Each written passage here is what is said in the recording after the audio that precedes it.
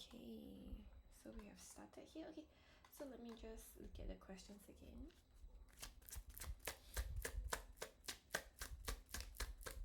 I want to look at the overall energy of the connection for now. Has our relationship really ended? It's the overall energy.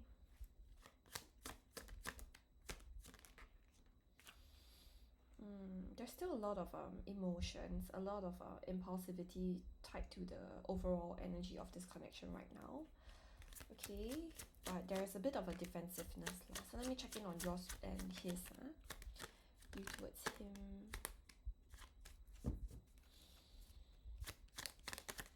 You towards him.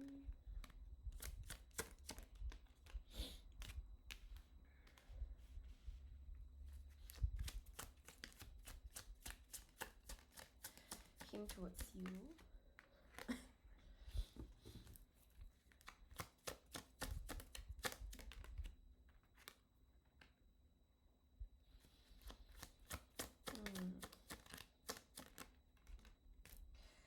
I would say actually, I think your energy towards this relationship right now is a bit more,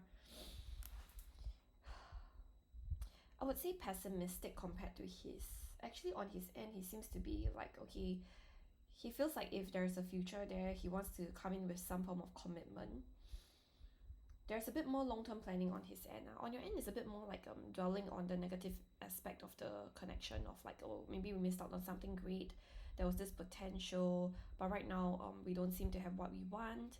I think on your end, you're a bit careful of like whether he's seeing anyone, whether there's third party and stuff like that. Also a bit of competitive energy that I'm seeing here.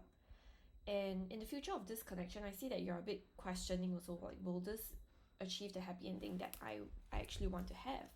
Like there's also some abandonment wounds that I'm seeing here in your end, on your end. There's still a lot of attraction in this connection, I would say. So I don't think it has like really ended. Oh, another card dropped. Give me a second.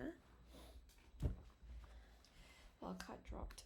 Okay, so there's a indication of a new beginning also in this connection, but what we can do is do a quick timeline read. Okay, so we can look at the next, from Feb onwards, like 6 months, like what can you expect in this connection?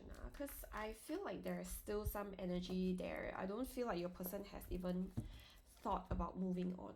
Okay, just let me clear the space.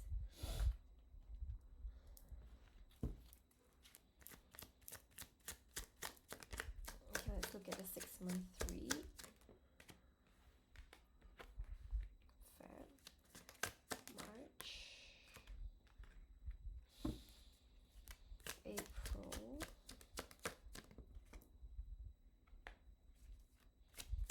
May,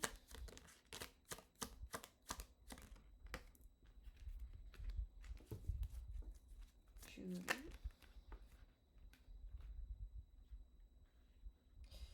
Oh, this one is a tough one. Let me see. Two cards came out at the same time. I want to clarify June. Oh, I got to clarify June. Okay, July.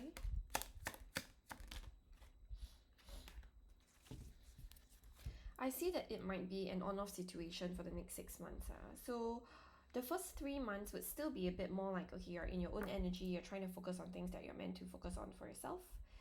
And in Feb itself, there's this energy of you thinking that maybe it's better if we take a break from one another. It's kind of a mutual energy, I would say, in this card. And then the World card next over here in March is almost an indication of like, okay, now I'm gonna try and find things that I love doing, focus on myself, how can I make myself happy, and things like that. But in April itself, there's this energy of like wanting to reach out to one another. Okay, I want to see his energy to see who exactly is the one reaching for his energy. Feb, March. Say now, please. April.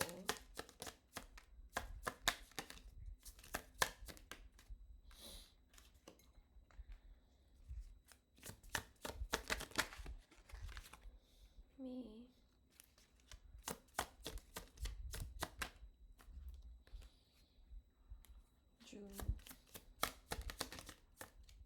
don't know what went on between both of you, okay, before the breakup or what led to the breakup, but there's this indication of there's some hurt over there that's still yet to be released here, especially in your person's energy, yeah, not so much on your end. Whatever that person is afraid of, or maybe like afraid of commitment, there's some fear attachment to this, so only you would know exactly what this is. But this fear thing is kind of something that he's working on right now. Feb and March, I see him trying to find clarity, trying to cut through the fog, right? Whatever confusion that he was in before, he's trying to make sense of it, and it's actually progress in that area. I wouldn't say he would achieve 100% clarity in March, but I do see that there's effort there, there's thought, there's thinking, there's trying to understand exactly how he feels, what was the issue. And in April itself, there's this release of, okay, I'm going to release my past fears. So this release of past fears that has been kind of clouding his mind, his perspective, the illusions, are something that he would take action on. So he might actually come in with some form of light communication. I wouldn't say like a major indication of like, oh, let's get back together. In fact, in the next 6 months, I don't see a clear reunion in terms of, oh, we are back to where we were as an official couple, but it's more of there'll still be a lot of missing energy, wanting to talk to each other, wanting to know how you're doing.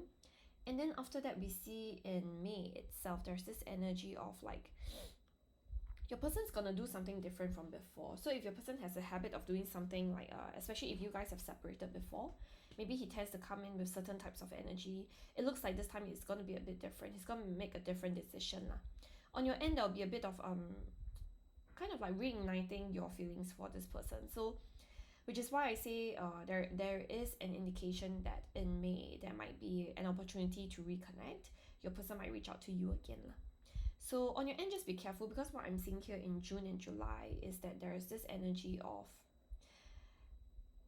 there is a reconnecting kind of energy, but it looks to be very physical intimacy, very sexual in nature. So it could be initiated by your person. On your end, I see a lot more emotions, a lot of love, but there's also this strong intensity and attraction towards this person.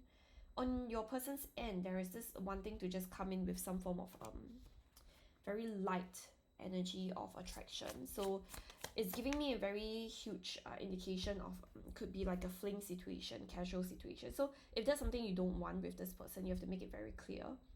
You have to make it very clear in terms of aligning what your I wouldn't say just values, but the basis of reconnecting.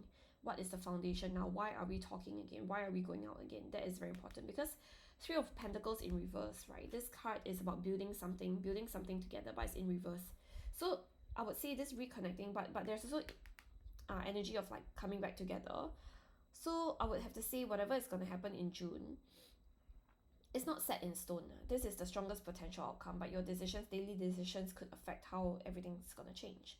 So if you do reconnect with him in April and May, you have to kind of be very clear with your intentions, very clear with your boundaries, because it looks like while there is an energy of coming back together, the basis of this reconnecting doesn't look to be to build a foundation. It looks to be just to explore. It's very fire element driven, which is about, you know, passion and stuff like that. So you want to be very careful where this is gonna take you. Okay, so it could be very impulsive on your person's end, because your person's feeling a bit lost and incomplete during the separation. So that is again further amplified in June itself in terms of his energy. In July, we do see that on your end, you might actually be choosing yourself lah. So he might actually try to kind of, you know, try to get to you again and stuff like that, but you might be choosing yourself to find balance within yourself, because we have Nine of Pentacles energy, which is a very usually it indicates like a happily single, very fulfilled single, feeling very self-sufficient. Maybe by then, because now we are still in Feb, right? You're working through things. By then, you might actually have a very clear idea of what you really want. And there's also this energy of like, I don't think he's able to really take care of me. Okay, so there's this acknowledgement here that I'm seeing in July itself. And it looks to be your person is still kind of running away from his problems by July, the High Priestess in reverse. Not wanting to really see what the main issues were within himself and how it has been impacting the relationship as a whole. And there's this focus on, okay, how am I going to channel my energy to work, right? So it's like finding distractions more than working through things. I want to see other things for you so that you can get some clarity in this session. What are some of the main blockers that will still exist, and what's the advice for you? What are some of the main blockers of this connection? 11. I think he has some commitment issues, right? He's someone who leads with his feelings, very I would say driven by his emotions and mood swings. So he's unable to really follow through with commitment sometimes. That's something he has to learn to take charge of, and he has a tendency to allow, again, the physical intimacy aspect, right? There's a lot of sexual attraction here. He's allowing that to kind of dictate his energy, his decisions more than his feelings. So I feel like he's a bit emotionally avoidant and unavailable. And he's also not trying to see what the commitment issues are. That's for you.